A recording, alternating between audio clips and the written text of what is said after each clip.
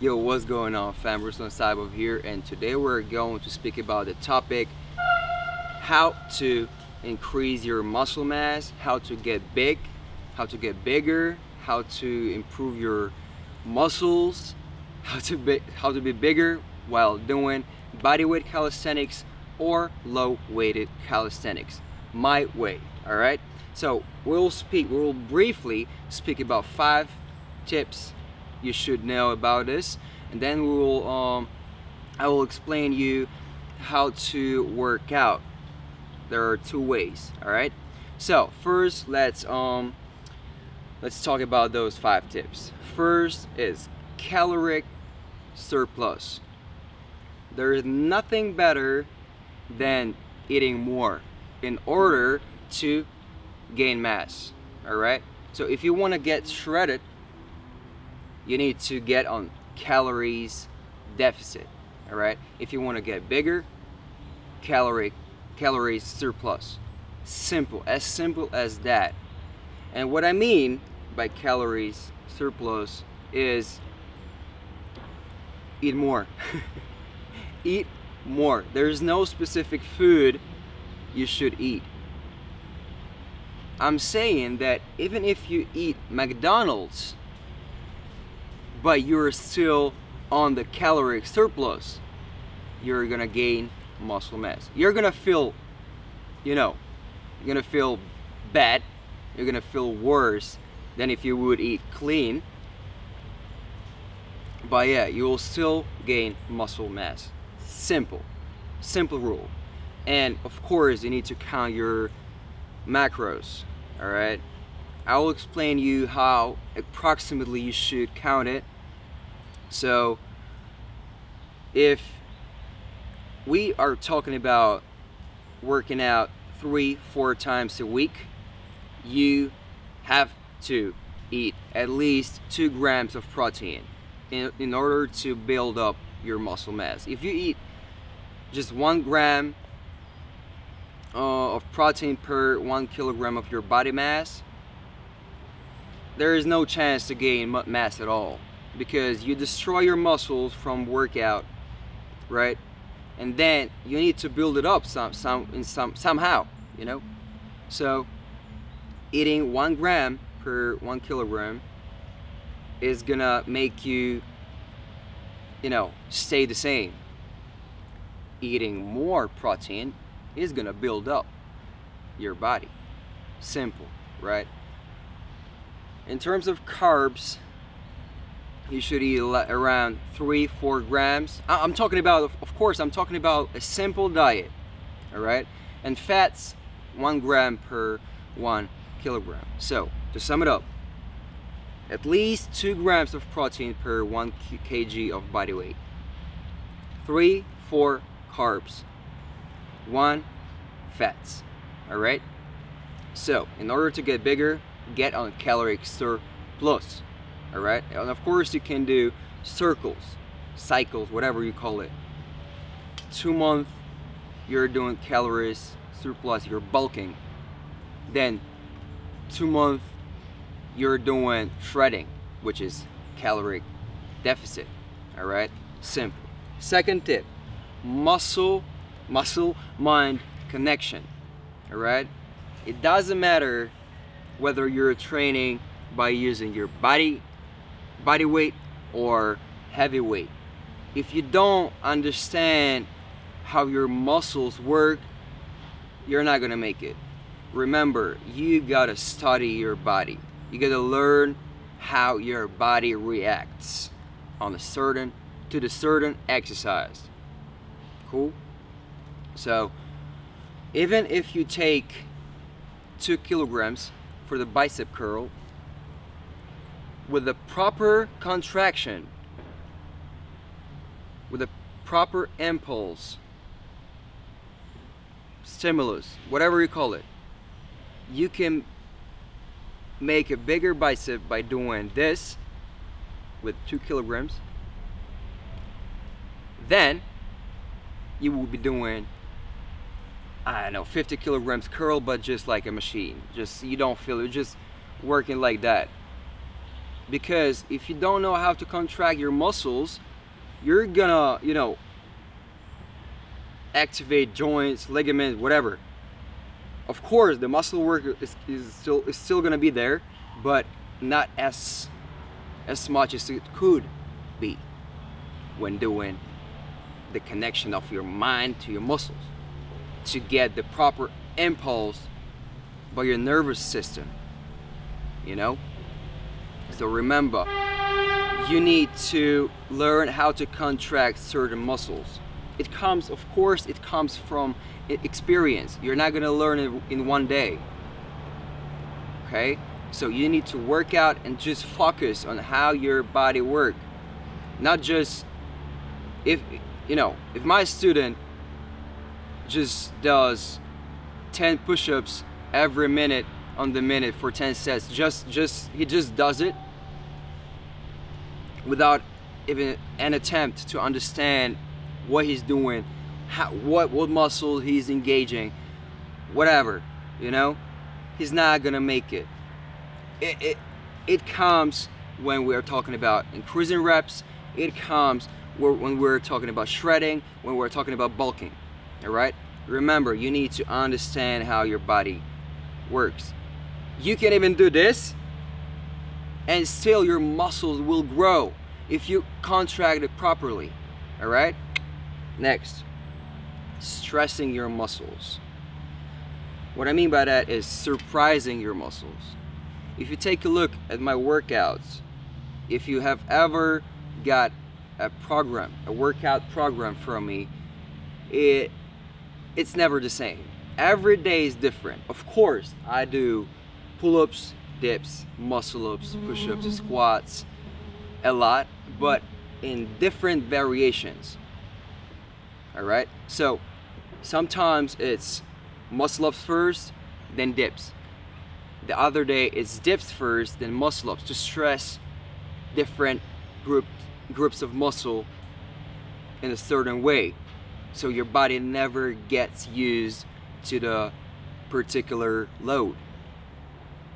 Of course, when we're talking about weights, weightlifting, and gym exercises, typical gym exercises, it's okay to use the progressive overload, which means completing the same exercise but increasing the weight, increasing the load. Well, it's not the same when it comes to the body weight exercises, even the low weighted exercises in calisthenics. All right, forget about 4 sets, 12 reps. Forget about 4 sets, 6 reps, 2, 3, 4, 5 reps range. Forget about it. In calisthenics and in body weight exercise, you gotta get a lot more to get the same muscle activation, to get the same load on your muscles. You need to get more. Example, a simple example, 5 sets of 15 pull-ups is gonna give you the same load you could get by doing 4 sets of 6 reps with, I don't know, with such weight you could do 6 reps with, right? So in order to stress your body, don't use only one method. Don't use only one style of training. Don't just do EMOMs. Don't just do sets and reps. Don't just do statics or whatever. You know what I mean? Do everything. Learn as many workout methods as you can. Example, EMOM, AMRAP, as many rounds as possible within the certain amount of time. All right, example, like 100 pull-ups under 10 minutes. Simple example. EMOM, every minute on the minute, right? Sets, high intensity, long rest. Low intensity, short reps. Short rest. All right? So you see, high intensity, long rest. Low intensity, short rest. And you can vary it in so many ways. You can do isometrics and then pull-ups right after it. You can do pull-ups and then isometrics. You can do just isometrics or just muscle contraction, eccentric, concentric. You can do everything. You can do everything with calisthenics. This is why this sport is so beautiful. You know what I mean? It's so easy to surprise your muscles in this sport. All right? So when you ask my students if they ever get bored when working out with my plan, they will answer no. Because every workout is different. This is how they progress. When it comes to the bodybuilding and calisthenics, when it comes to increasing reps, strength, endurance, whatever, it works. All right? Just don't forget about the calorie surplus, the first tip. All right? So stress your muscles, surprise it, different methods, all right? Different styles. Then, adding low weight. Of course, there is the moment that comes in each athlete's life when the athlete just realizes that the body weight is not enough anymore. Even me, I do one low weighted session a week at least, which is up to 30% weight of my body weight, which is like 20, 25, 30 kilograms, around this. All right? So this is called the low weighted, when it like 25, 30% off your body weight, when you ask me, of course. I'm not talking about the typical sports science, so don't get mad if you wanna, you know, if I'm saying something you don't agree with. All right? So so this certain moment comes when the athlete realizes that the body weight is not enough, so just add it and do the same workouts, the same routines, the same methods, but with low weight. So it's gonna give you more muscle load. The sun went up. So yeah, do the same thing but with weights to get more impulse. All right, the more load on your muscle when you feel like you improved your shape, your body, your strength, your endurance to the point where you don't get enough load from body weight workouts. All right, and the fifth is rest. A lot of people don't understand this. It is even simpler than calorie surplus. Resting is more important than working out. When you try to grow your muscles, you need to rest, fully recover from the workout. So let's say you work out today and tomorrow you wake up really sore. So you should rest. You should rest or do really low intensity workout. We will speak about 2 ways of workouts to build up muscle mass in a few minutes. All right, but make sure to get enough sleep, enough food, enough of, you know, just regular resting activity.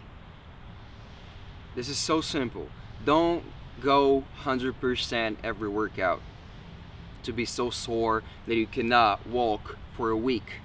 It's not how you work out. All right? Just make sure to let your body rest, because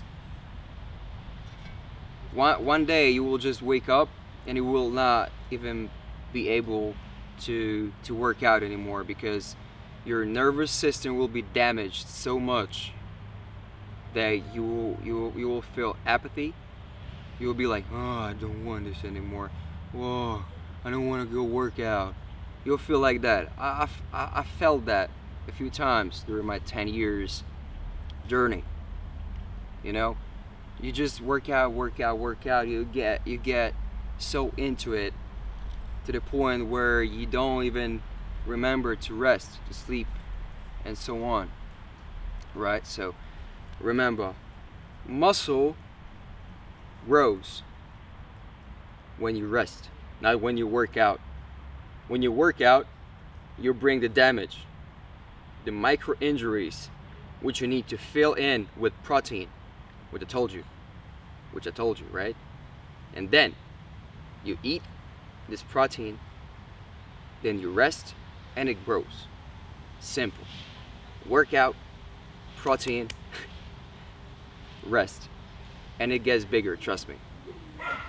So, we've talked about 5 tips you should know about muscle growth. Well, I mean bulking and building up mass. So now let's talk about 2 ways of workouts. First, let's touch the splits, which I don't recommend, but I'm not saying it's bad.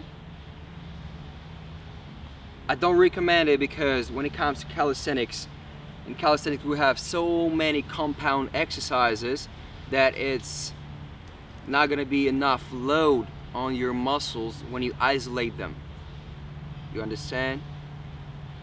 So I prefer doing compound exercises such as pull-up, such as muscle-up, which are just like you engage mostly every muscle of your upper body, instead of doing, you know, just bicep curl on the gymnastic rings or triceps extensions to engage your tricep. I would recommend to use compound exercises. That's why I don't recommend splits. But talking about splits, you would do the compound exercises anyways, actually, because if you want to work out in your back, your shoulders, your chest, your bicep, your forearms, what else? Even your abs, you're still gonna do pull-ups. Even your tricep, because the eccentric movement is the tricep movement. You know? So it's just coming back to the muscle-mind connection. You can work even your quads while doing pull-ups. But coming back to the splits, I would recommend do compound exercise.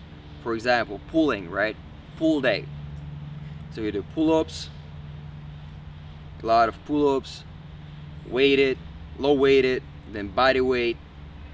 Then you're gonna get to the accessory exercises, right? Like Australian pull-up, bicep curl on the rings and stuff like that. So first you need to do the compound exercise in calisthenics when it comes to splits, and then you do the isolating exercises. For the push day, you could do, of course, dips, handstand push-ups, regular push-ups, and then you could isolate everything by doing tricep extensions on rings, something similar to the butterfly machine in the gym, which is this.